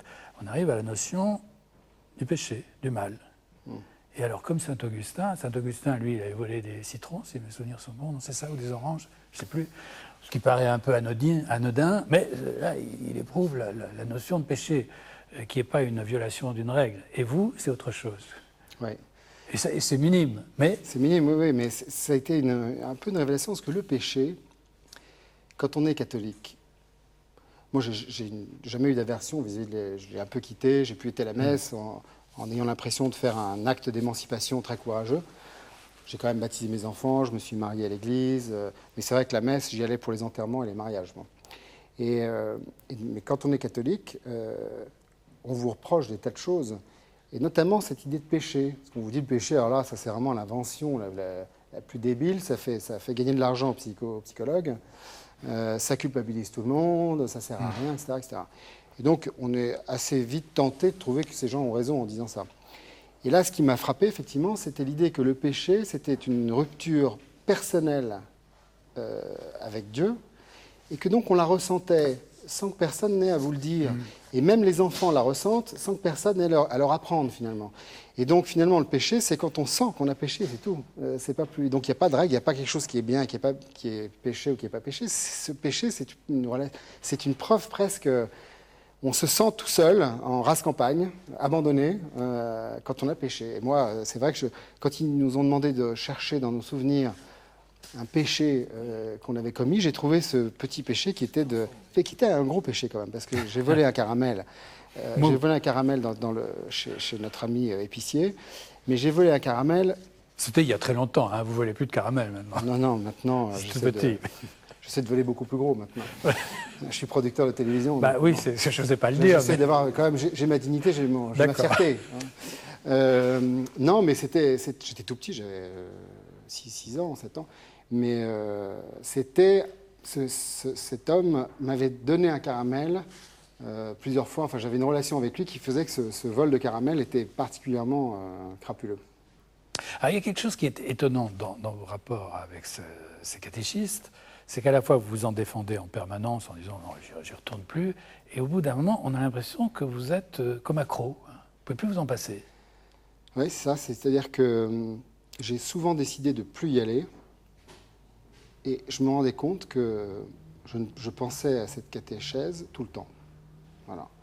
Et aujourd'hui, par exemple, après j'ai arrêté. Je n'ai pas continué parce que d'autres ont continué à se voir 2 fois par semaine après de façon... Oui, parce qu'ils ont formé une communauté. Ils ont formé une communauté. Moi, j'ai beaucoup hésité. Ils ont même proposé d'en être le chef, si je puis dire. Oui, enfin, voilà, comment dire, l'animateur. Voilà, j'ai beaucoup hésité. Et j'ai un ami prêtre qui vient du Burkina Faso, qui est dans le nord de la France, et qui m'avait dit va à cette catéchèse, ça va te faire beaucoup de bien, et qui m'avait encouragé. Et donc je lui ai dit, voilà, qu'est-ce que je fais? Est-ce que je continue ou pas? Il m'a dit, écoute, arrête tes conneries, tu rentres chez toi maintenant, et puis tu verras bien. Alors, comme il me disait ça, je me faisais l'avocat du diable en disant, mais quand même, je sens qu'il s'est passé quelque chose, j'ai été ému, peut-être qu'il faudrait que je continue. Et il m'a dit, écoute, maintenant t'arrêtes, c'est moi le professionnel, je te dis, tu rentres chez toi, tu es fait pour retrouver ton travail. Il m'a dit d'ailleurs une chose qui m'a beaucoup touché, il m'a dit, retrouve ta femme, tes enfants, ta vie, ton travail, et sois fier de ton travail. Et c'est vrai que c'est une chose qu'on a aussi du mal à faire dans les médias, parce que justement, on est dans la reconnaissance, dans une forme de cynisme, dans une forme de guerre permanente. Et finalement, on oublie parfois qu'on fait un travail qui est pas mal, que parfois on fait des belles choses, et qu'il faut être fier de son travail, il faut être fier de gagner l'argent qu'on gagne, il faut être fier de faire travailler les gens qu'on fait travailler. Tout ça, je m'interdisais de le dire. Quand on me disait comment ça va, les affaires, je dis bon, ça va, on bricole, je faisais un peu d'humour. Et maintenant, moi, je dis, je suis content, c'est bien, ça va. Puis ça va pas, je dis que ça va pas. Mais c'est vrai que je prends moins de gants et de manières à être content de mon travail. Mais il m'a dit, n'y retourne pas. Et si jamais Dieu a besoin de toi, il te le fera savoir. Vous avez atteint une sorte de sérénité, que vous décrivez à l'instant, mais dans le cheminement avec cette catéchèse, ça passe par, et c'est un peu la montée en puissance, par une espèce de choc que vous avez commencé à décrire tout à l'heure quand... parce qu'au début, vous écoutez, puis ensuite, on vous dit de parler. Alors, vous vous dites, bon, vous les écoutez, mais avec un petit peu de mépris quand même, un petit peu de distance. Oui. Et vous dites, moi, je vais leur faire un topo, là, ça va quand même en jeter. Voilà, exactement. Bon, et qu'est-ce qui se passe? Ça, la première fois où on m'a demandé de parler, pour juste faire un petit point, dire ce que je pensais de la catéchèse, on a fait un tour de table, j'étais le 2e ou 3e à parler, et puis le premier, c'était un monsieur qui a commencé à parler, c'était laborieux, etc. Je me suis dit, bon, moi je vais faire un succès, c'est sûr, hein, parce que quand on va à la télévision, on a 5 minutes pour vendre une émission, on n'a pas le temps de faire des palabres. C'est un pro. Je me dis, alors là, pro va faire... je vais empocher un succès, pour lécher les babines d'avance. Et je vais leur dire que ma femme considère que ces gens-là sont une secte, je suis dans une dangereuse secte, enfin bon, je vais les faire marrer, etc. Ce que j'ai commencé à faire, et effectivement, ils ont commencé à se marrer. Et puis tout d'un coup, j'étais submergé par l'émotion, alors que je n'étais pas en train de raconter un détail personnel ou une anecdote. J'étais submergé par l'émotion et j'étais obligé de m'arrêter parce que j'étais à 2 doigts de me mettre à pleurer. Donc je passais la parole à mon voisin. J'étais tellement perturbé que d'ailleurs je n'ai pas écouté une seule des interventions des autres. Puis on est parti. Et je suis rentré chez moi en me disant, mais qu'est-ce qui se passe? Qu'est-ce qui m'est arrivé? Je me suis dit, je sais que je ne suis pas dépressif, j'ai déjà fait une dépression, je sais quels sont les symptômes, donc c'est pas ça. Je ne sais pas ce que c'est, mais c'est comme si on avait pris le contrôle. Et d'ailleurs, après, quand j'ai fait cette retraite, un mois après, que j'ai eu cette espèce de révélation d'être moi aussi un bras cassé, et rien de plus et rien de moins, c'est déjà pas mal d'être un bras cassé. Je suis rentré de cette retraite et ma femme m'a dit, bon alors, c'est fini, qu'est-ce que ça t'a fait? Et je sentais bien qu'il s'était passé quelque chose d'important dans ma vie, que j'avais été touché. Difficile de dire exactement encore pourquoi, comment. Et je lui dis, bah, écoute, c'est comme si Dieu, comme si j'étais un lapin dans son clapier, là, bien au chaud, que Dieu avait ouvert gentiment la porte, m'avait pris par la peau du cou, m'avait soulevé à 100 mètres de haut, m'avait secoué, et m'avait dit, c'est qui le patron? C'est toi. Bon, hop, rentre dans ta vie, c'est bon, je suis content. Et là, je rentre chez moi. Je suis encore ébouriffé, rien n'a changé, je retrouve ma femme, mes enfants. Bon, et on va voir quoi, hein, mais je marche en titubant, en me disant mais qu'est-ce qui m'est arrivé? Voilà. Et encore aujourd'hui, je dis toujours, je me pose deux questions qui sont pourquoi il m'a choisi moi? Je ne sais pas. Pourquoi il m'a fait ce cadeau? Je dis toujours, voilà, je pense que je ne suis pas un mauvais gars, mais je ne suis pas non plus quelqu'un tellement... Et puis il y a des gens qui sont tellement plus dans le besoin que moi, qui sont plus malheureux, Moi, j'étais certainement très anxieux et très angoissé, je le suis certainement encore un peu. Mais bon, c'est rien par rapport à ce que d'autres gens cherchent, souffrent. Enfin voilà, donc je trouve que c'est une forme d'injustice. Et la deuxième question que je me pose, c'est est-ce que ça va s'arrêter, cette espèce de charme dans lequel j'ai peur. Je sais que ça va s'arrêter, j'en suis sûr. Moi, je fais la comparaison, comme je le disais tout à l'heure, comme d'être amoureux. Bon, on n'est pas amoureux éternellement. Après commence l'amour, quand on n'est plus amoureux. C'est là qu'on commence à construire l'amour. Donc je sais très bien que ça va s'arrêter un jour, mais je me réveille tous les matins. La première chose à laquelle je pense, c'est de vérifier le compteur, pour voir si le compteur gégère et il y a un courant électrique qui passe encore. Bon. Mais pourquoi voulez-vous que ça s'arrête? Pourquoi craignez-vous que ça s'arrête? Parce que comme je suis un anxieux, je me prépare au pire. Mais vous êtes toujours anxieux quand même. Ouais, bah oui, on ne se refait pas. Hein. C'est très intéressant comme expérience. D'ailleurs, devant une expérience, on ne peut que regarder. Et puis, on n'a pas beaucoup de commentaires à faire parce que les expériences spirituelles sont multiples, elles sont très différentes les unes des autres. Mais c'est vrai que le livre se termine sur l'euphorie. Et le mot vient plusieurs fois. Et là, vous dites, c'est intéressant parce que vous êtes inquiet de savoir si l'euphorie va continuer ou si elle va s'arrêter. Alors, moi, je trouve que c'est très intéressant comme livre, comme parcours, mais on parle justement de la culpabilité, qui est souvent une culpabilité par rapport à vous-même, pas par rapport à Dieu, mais par rapport à vous-même. Et puis, on sort de là avec une espèce de désir, de volonté d'en sortir, d'écoute, d'appel, d'émotion. Le mot émotion revient énormément, et l'euphorie. Donc, alors, je suis content de vous avoir entendu à la fin, justement, parce qu'il y a cette espèce d'attente après l'euphorie. Et c'est vrai que, où on peut... qu'est-ce qu'on fait? Et en le lisant, je me disais, voilà un arbre, où sont les fruits et quels fruits ça va donner? Mais on a envie de cueillir des fruits et on ne sait pas quels fruits il va y avoir. Non, mais voilà, c'est la période des fruits, donc il faut laisser pousser les fruits. Oui. Mais il fallait passer peut-être par tout ce parcours pour arriver là. Est-ce que vous pensez qu'il y a quelques années, un éditeur aurait, comme il l'a fait, il s'agit du Seuil, recueilli ce témoignage? Oh oui, je pense. Est-ce qu'il n'y a pas un phénomène, je pose la question, ce n'est pas du tout pour rabaisser l'expérience qui est la vôtre, mais est-ce qu'on n'est pas dans l'ère du temps aujourd'hui où on voit de plus en plus tel ou tel intellectuel, tel ou tel personnage, disons, du microcosme parisien, dire oui, je suis catholique. Et puis j'ai découvert la foi, ou j'ai redécouvert la foi. On a entendu les expériences, Max Gallo, Régis Debray, d'autres. J'allais presque dire, c'est plus dans l'air du temps que ça n'était il y a quelques années. C'est possible. J'ajouterais même qu'il y a dans le vocabulaire de la sociologie religieuse actuelle un terme qui vous convient tout à fait et qu'on n'employait pas il y a 20 ans peut-être, c'est recommençant. Vous êtes un recommençant. Hein. Ah oui, donc ce n'est pas une conversion absolue. Ce n'est pas la conversion de Saint Paul. Ouais. Non, vous êtes un recommençant. Alors, je dois dire d'abord que moi, j'ai lu votre livre d'un bout à l'autre comme ça. Ça se lit comme un roman. Bon, après, vous dites à la fin du livre qu'il ne s'agit pas d'un roman. Bon, mais ça se lit comme un roman, je veux dire que c'est un livre très réussi. C'est très réussi parce mais c'est vrai, parce qu'il vous attache et qu'on sympathise tout de suite avec vous et jusqu'au bout.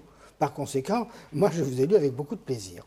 Mais je reviens un petit peu au thème de la conversion ou du recommencement. Si on pense à Saint Paul, par exemple, bon, Saint Paul a changé complètement de persécuteur, il est venu du côté des persécutés, de Jésus crucifié. Mais cependant, on peut dire que Saint Paul était en recherche religieuse. Alors, la question que j'allais vous poser, celle-ci, peut-être est-elle indiscrète, mais vous vous y prêtez, puisque c'est en fait une autobiographie. Il y a une personne dont vous parlez simplement à la fin du livre, en termes d'ailleurs très délicats, très émouvants, c'est votre mère. Mais est-ce qu'il n'y avait pas, quand même, dans votre éducation, votre formation religieuse, en plus des messes ennuyeuses, est-ce qu'il n'y avait pas, du côté de votre mère, qui semble être une femme attachante et intelligente, et croyante en plus, est-ce qu'il n'y avait pas quelque chose qui a joué pour que vous alliez du côté de ce petit groupe? Non, voyez-vous, moi j'ai trouvé que votre mère venait un peu tard, si j'ose dire. Oui, je comprends ce que vous voulez dire. C'est presque une question psychanalytique là, que vous me posez finalement. Oui, mais bon. Mais sûrement. Parce que ça vous tombe, c'est vrai, les choses vous tombent tout d'un coup sur les épaules. Néanmoins, dans le souterrain de l'âme, ça se prépare. Oui, et moi, je verrais volontiers votre mère au départ du souterrain. Mais c'est possible. Peut-être qu'elle nous écoute, je ne sais pas. Mais bon. Non, mais je pense une remarque très judicieuse. Je me la suis posée. Je pense qu'effectivement, il y a sûrement. Moi, je vais même aller dire les choses plus simplement. Peut-être qu'au fond, j'avais un désir de rejoindre les préoccupations, les intérêts de ma mère, un désir inconscient, et que je savais que, comme Dieu est pour elle ce qu'il y a de plus important, c'est une façon... Donc, par conséquent, là, on dépassait les messes ennuyeuses. Il y a chez votre mère, si je comprends bien, il y a un désir de Dieu, très fort. Un tropisme vers lui, dont vous avez forcément plus ou moins hérité. Mais évidemment. Bon, voilà. Bien sûr, bien sûr. Mais et alors, bon, je continue à être indiscret. Allez-y, alors. Écoutez, il ne fallait pas écrire ça. Mais non, mais je ne vous reproche pas. Il y a une autre femme que j'ai beaucoup admirée dans votre autobiographie, c'est votre épouse. Parce que toutes les épouses ne seraient pas accommodées de vos voyages toutes les semaines ou 2 fois par semaine. Elle est très compréhensive. Hein. Ah oui, elle est formidable. Elle est formidable. Ah ben ça, je vous dirais dès ce soir en rentrant. Écoutez, et alors, telle que vous la présentez, elle est présentée de façon sympathique, et je crois que c'est vous qui êtes dans le vrai, mais en même temps, elle a une discrétion, elle vous laisse cheminer, elle ne vous ennuie pas, elle ne vous fait pas de reproches. Oui, c'est vrai.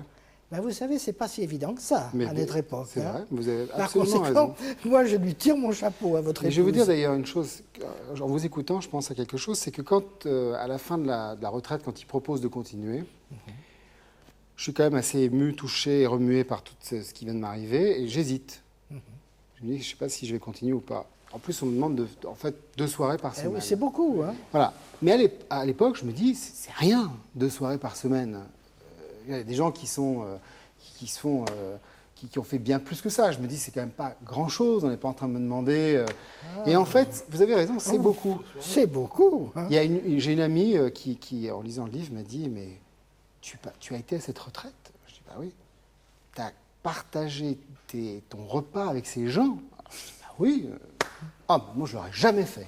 Voilà. Genre comme si c'était un geste. Oui, mais voyez-vous, c'est pas ça, c'est pas ce plan-là sur lequel je me place, mais plutôt que c'est 2 fois par semaine votre présence qui est enlevée à la vie de famille. Oui, c'est vrai, c'est vrai. Et ça, c'est pas rien. Non, c'est vrai que c'est pas rien. Bon. Et alors, bon, je termine là-dessus, mais ma réflexion finale est la même que la vôtre, c'est-à-dire et après. Ouais. Là, c'est une question que je me pose. Voilà. C'est une question que je me pose. Est-ce que tout le temps. Mais pour reprendre votre image de l'arbre, en fait, quand j'ai fini cette retraite, j'étais sans doute une petite pause, je ne me suis même pas rendu compte, je n'avais pas du tout prévu d'écrire le livre. C'est d'ailleurs ma femme qui m'a suggéré d'écrire ce livre. Très bien. Puis mon éditeur, d'ailleurs, à qui j'ai raconté ça, qui me l'a suggéré. Et j'ai écrit ce livre. Et finalement, ce livre, peut-être un des premiers fruits de l'arbre, grandit malgré moi au point, d'ailleurs j'ai des réactions très fortes à ce livre, qui d'ailleurs font que ce livre s'éloigne de moi. Je vois bien qu'il prend une distance qui est... Bon. Et il y en aura d'autres? Ben, j'en sais rien. Non, mais attendez, parce que vous avez écrit avant. Vous avez écrit, Oui, bon. j'ai Vous avez écrit écrit un roman. Vous racontez, alors je ne sais pas si c'est autobiographique ou si c'est le roman, vous dites, bon, vous faites un livre qui n'a pas beaucoup de succès, le deuxième, le premier a eu du succès, le deuxième. Ce livre a du succès. Bon. Vous avez été heureux en l'écrivant. Oui, très. Très heureux. Très. Vous allez reprendre la plume.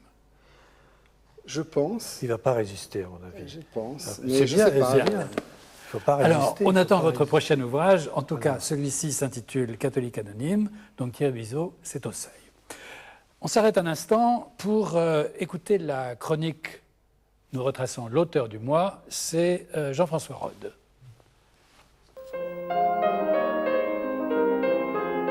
Voilà. Je voudrais vous parler d'un auteur au parcours extraordinaire, François Cheng. Né en Chine en 1929 dans une famille de lettrés, il arrive en France en 1947 comme boursier, mais il décide de ne pas retourner en Chine communiste. Commence alors pour lui 10 années extrêmement dures, de très grande précarité et de grande solitude. Ce n'est que progressivement qu'il pourra se consacrer à l'écriture et à l'enseignement. Et c'est ce même homme qui ne parlait pas un mot de français en arrivant à Paris, qui est élu à l'Académie française en 2002. Voilà quand même qui n'est pas courant. Dans son œuvre, nommons quelques livres majeurs. Commençons par un tout petit livre merveilleux, Le Dialogue, où François Cheng raconte de façon surprenante comment il a décidé un jour d'écrire ses poèmes en français. Je le cite. Le français me poussait à plus de rigueur dans la formulation et plus de finesse dans l'analyse. Et aussi, adopter une autre langue permet de nommer les choses à neuf, comme au matin du monde. C'est un livre, un magnifique hommage à la rencontre des cultures. Je veux nommer aussi les 2 romans qui ont fait connaître François Cheng au grand public, qui ont été d'immenses succès, Le Dit de Tiani et L'éternité n'est pas de trop. Voici ce qu'en dit le père Mambrino dans Les Études. Très rares sont les livres qui parviennent à unir 2 mondes étrangers, à faire pressentir ce qui les relie par l'alchimie d'une mystérieuse et universelle communion. Je voudrais recommander aussi 5 méditations sur la beauté, un texte admirable qui a eu le prix des lecteurs de la Procure pour sa première proclamation. Et enfin, comme un exercice du livre précédent, Promenade au Louvre, où François Cheng commente les chefs-d'œuvre du musée. Pour terminer, quand on demande à François Cheng ce que représente pour lui le christianisme, il déclare ceci. « Je suis toujours christique. Ce n'est pas une croyance, mais une adhésion complète à la figure du Christ. Et encore, je ne vois pas d'autre solution au problème du mal que le christianisme. » Lisez François Cheng, vous ne le regretterez pas. Dernière énigme de cette soirée, énigme doctrinale cette fois-ci, avec Pierre de Charentenay, dont le livre s'intitule « Vers la justice de l'Évangile, introduction à la pensée sociale de l'Église ». Vous êtes jésuite, c'est publié aux éditions des Clés de Brouwer. Vous êtes rédacteur en chef des études. Ouais. Vous avez dirigé le Centre Sèvres, qui est un centre à la fois de formation, de débat. On peut y passer des thèses, d'ailleurs. Oui, il y a des facultés de philosophie et de théologie. Donc Et depuis des années, vous travaillez notamment sur les encycliques de l'Église. Voilà. Une Église dont on peut se demander si elle n'est pas un peu gênée aux entournures. Je m'explique. Parce qu'à la fois, d'emblée, vous citez Jacques Le Goff, qui dit qu'il ne peut pas y avoir de doctrine sociale de l'Église. Il n'y en aura pas. En même temps, on utilise en permanence ce thème. Oui. Et quand vous dites enseignement social de l'Église, qu'est-ce que ça veut dire, doctrine? C'est enseigner, non? Si je ne me trompe. Oui, mais derrière doctrine, il y a un côté plus impératif que simplement l'enseignement, ou que la pensée. Alors c'est intéressant d'ailleurs de voir que le mot doctrine n'a jamais été utilisé pendant le Concile. on a réutilisé le mot doctrine à partir de Jean-Paul II. Donc c'est 1981. Pendant 25 ou 30 ans, on n'a pas employé le mot doctrine. Parce que justement, on craignait à l'époque que l'enseignement social ou la doctrine sociale soit cette espèce d'imposition d'un carcan que l'on voyait d'ailleurs sous un mode plutôt conservateur. Et donc, on préférait ne pas utiliser ce mot-là. C'est Jean-Paul II qui l'a repris en 81. Alors, quand on parle de cet enseignement social de l'Église, oui, alors, ou cette pensée sociale... Enseignement, pensée, ouais. Doctrine, on peut utiliser les mots comme on veut, finalement, je crois que c'est le même objet. Donc, alors, pour le définir négativement, cet objet, ce n'est pas un système? Ce n'est pas un système, c'est-à-dire que ça n'a pas la prétention d'organiser une société selon des règles qui seraient fixées d'avance dans une espèce de livre qui existerait quelque part. Ce n'est pas un programme. Ce n'est pas un programme, ouais. Parce qu'il revient à chaque chrétien de droite ou de gauche de décider à quel parti politique avec qui il veut travailler, et le parti politique fera un programme. Donc ce n'est pas un programme, ce n'est pas un système. Et ce n'est pas une idéologie. Ce n'est pas une idéologie non plus, ce n'est pas un endroit fermé qui donnerait la clé de l'ensemble de la société humaine d'aujourd'hui. Donc c'est une espèce de compromis évolutif, non? Non, c'est un travail sur les motivations, d'un travail qui serait fait sur une société pour viser à ce qu'elle soit un peu plus évangélique. C'est pour ça que le titre, c'est la justice de l'évangile. Et c'est un travail pour inviter à poser des fondements, des principes fondamentaux comme la dignité humaine, la solidarité, la subsidiarité, etc. Puis ensuite, des indications de travail ou d'action pour ceux qui veulent s'inspirer de cette doctrine ou de cet enseignement. Alors, votre livre, il est construit de la manière suivante. Dans toute une première partie, vous retracez à travers l'histoire des conciles toute la pensée sociale de l'Église. Et puis, dans une deuxième partie, vous prenez un certain nombre de cas particuliers, de cas concrets. Au départ, donc, de cet enseignement ou de cette pensée sociale, vous l'avez dit à l'instant, c'est quand même le fondement évangélique. Oui, c'est le fondement évangélique, mais c'est surtout parce que le fondement évangélique, il existe quand même dans l'Église depuis 2000 ans. Oui. Donc ce n'est pas nouveau, le fondement évangélique de l'Église. Ce qui est nouveau, c'est le fait que l'Église ne soit plus directement impliquée dans la gestion concrète des sociétés, et donc, ayant pris cette espèce de distance par rapport au pouvoir politique, s'interroge sur ce qu'elle va dire à ce pouvoir politique, puisqu'il n'y a plus conjonction entre les deux. C'est quand on passe d'une chrétienté englobante à une chrétienté extérieure. Enfin, extérieure. Non, pas extérieure, mais qui ne détermine pas une société en fonction de ses propres règles. Qui n'a plus le pouvoir politique.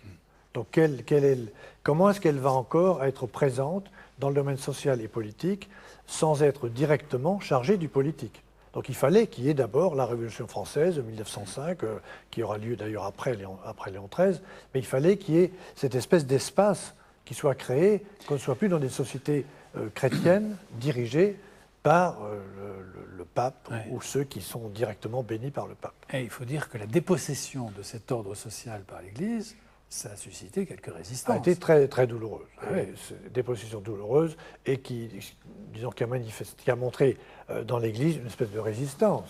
Elle a sans arrêt, l'Église a constamment résisté dans le domaine social, notamment sur toutes les avancées de la liberté, en permanence, se méfiant de la liberté. Vous citez le syllabus? Le syllabus, évidemment, en plein 19e siècle.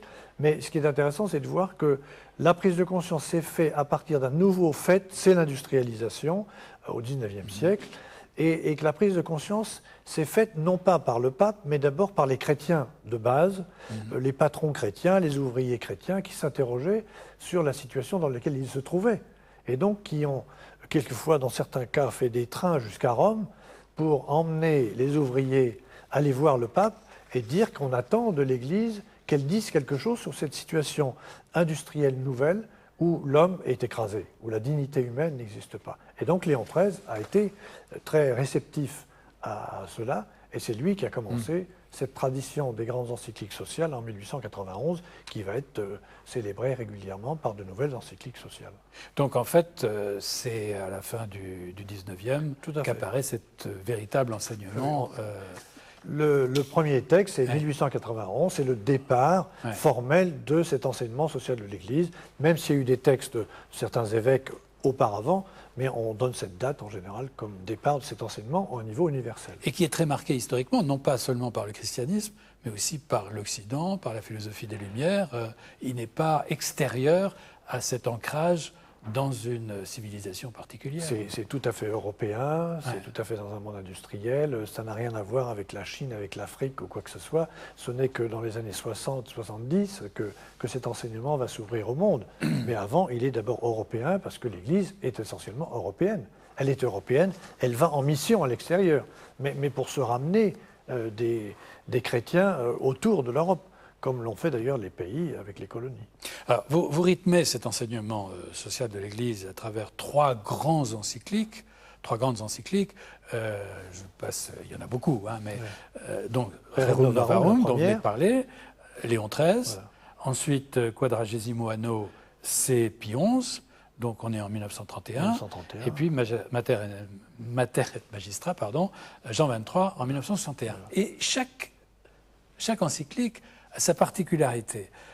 À propos de Rerum Novarum, donc c'est le démarrage, hein, vous dites, on est dans un monde très prométhéen, très inventif, on est en pleine révolution industrielle, et on a une Église qui, elle, est incertaine.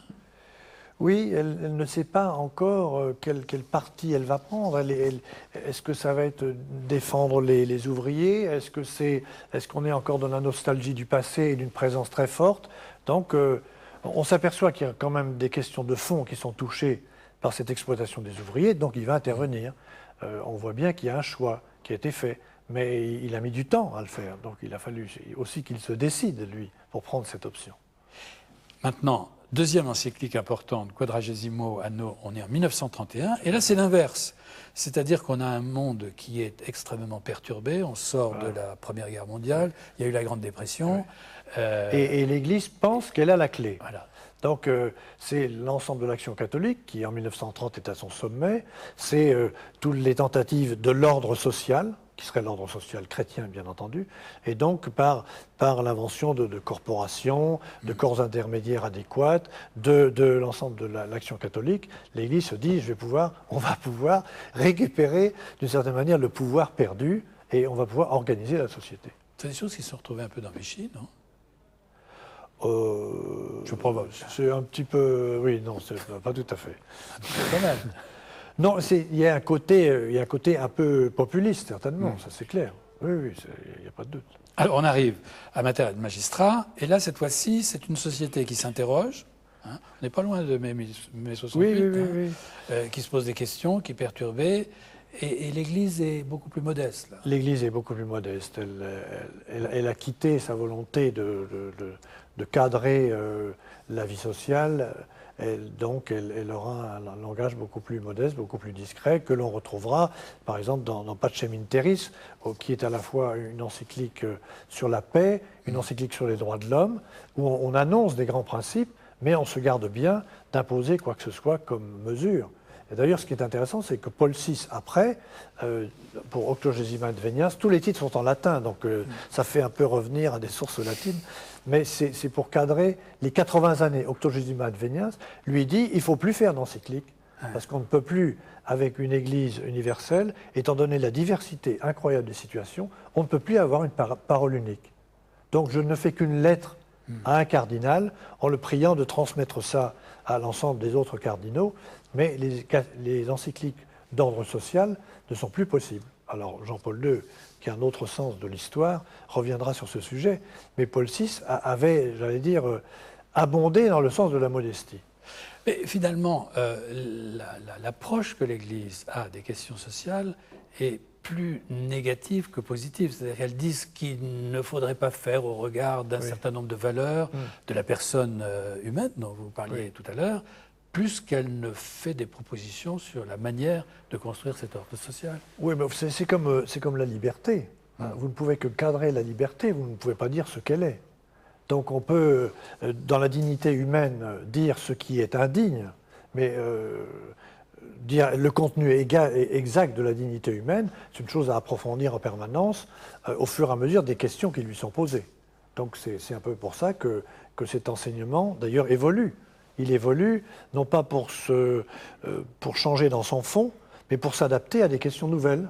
Donc les questions sont nouvelles, les réponses sont nouvelles. D'où des encycliques en permanence qui répondent aux sujets nouveaux qui arrivent. Mais l'axe, c'est quand même la dignité de la personne humaine. L'axe, c'est toujours la dignité de la personne humaine qui est vraiment absolument centrale. Et ça a été repris par les encycliques de Jean-Paul II sur la force, la défense de l'homme. L'Église est là pour défendre l'homme. Il dit ça avec une très grande force. Donc vraiment, la dignité humaine, c'est quelque chose qui est tout à fait sacré dans cette humanité. Qui saisit l'Église pour poser ces questions concrètement? D'où émane la volonté de réponse, en fait? Elle se saisit elle-même des questions, oui, bien entendu. Mais ça peut venir de la base, de mouvements de base qui s'interrogent, ça peut venir des responsables qui sont présents et qui s'interrogent. En général, c'est un petit peu dans un échange entre des questions du moment qui sont graves, amenées par la société dans son développement, et puis les responsables qui se disent, ben voilà, on a un nouveau problème, il faut y répondre. Voilà. Mais j'allais vous poser une question. On lit dans les journaux que Benoît XVI prépare une encyclique sur l'écologie, le développement durable, la mondialisation. Alors, pourquoi votre livre par rapport à cette encyclique? Est-ce que c'est justement pour inciter justement cette question de l'appel, de la demande? Est-ce que c'est une demande qu'au nom des catholiques français, disons, vous adressez à Rome pour que Rome prenne position sur l'écologie, le développement durable et la mondialisation? Je ne sais pas s'il va le lire d'ailleurs, le pape, mais c'est vrai qu'à la fin, il y a des interrogations sur des sujets à creuser. Voilà. Bon, ça c'est clair. Bon, la question du développement durable, elle est dans l'air depuis un certain nombre d'années. La dernière encyclique de Jean-Paul II, c'est quand même de 91. Donc il y a peu de pages sur l'écologie. Et il y a très peu de pages sur l'écologie.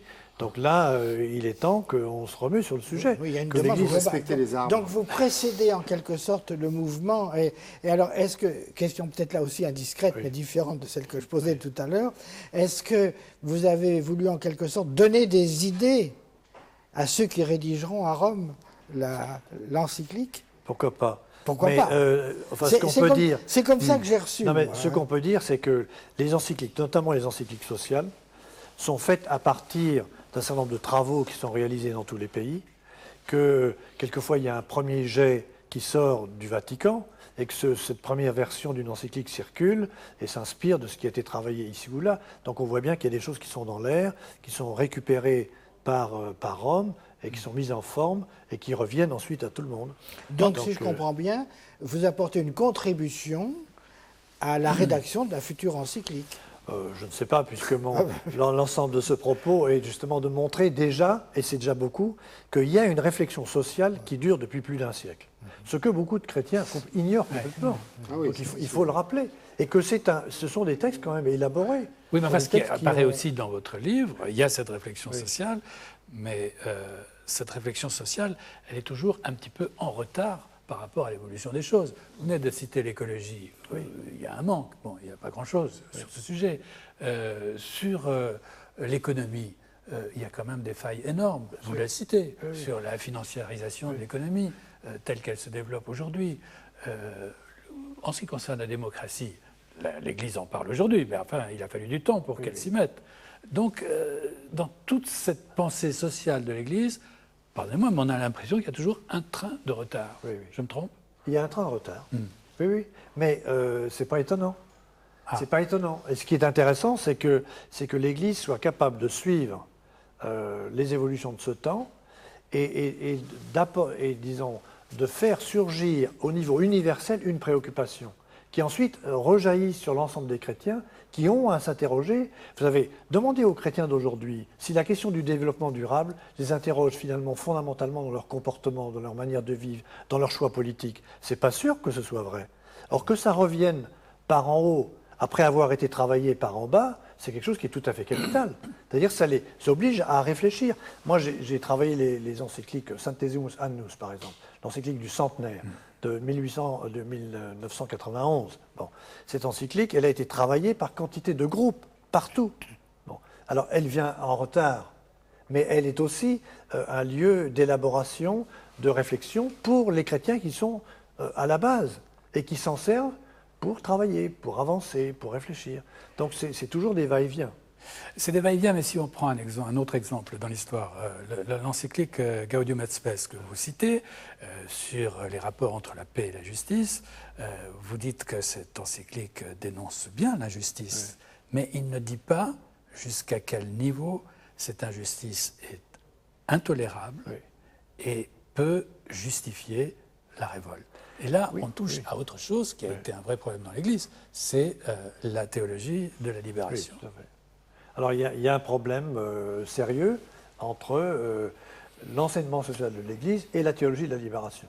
Parce que la théologie de la libération était donc une théologie élaborée sur le terrain révolutionnaire de l'Amérique latine des années 70 et 80, où un certain nombre de prêtres ont été très très loin dans cette théologie de la libération, d'autres ont été beaucoup plus modérés, mais c'est vrai que ça posait un problème à Rome, qui voyait mal cette idée de révolution, parce que Rome n'a jamais aimé les révolutions.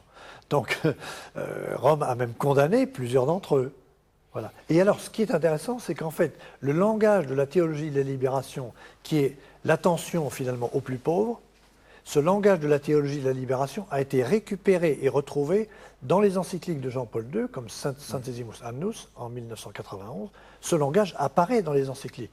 Dans la théologie de la libération, après avoir été condamné, se trouve récupéré dans un certain nombre de ces éléments fondamentaux par l'ensemble de ce magistère du pape sur les questions sociales. Alors, il y a autre chose qui m'a frappé dans votre livre. Tout à l'heure, on évoquait à propos de Campanella l'illusion ou le rêve qu'avait eu Campanella d'organiser la société humaine sous la tutelle d'un organisme international, en l'occurrence le pape. Voilà. Et en lisant votre livre, je m'aperçois que Jean XXIII, à un moment donné, au fond, a cultivé un rêve semblable.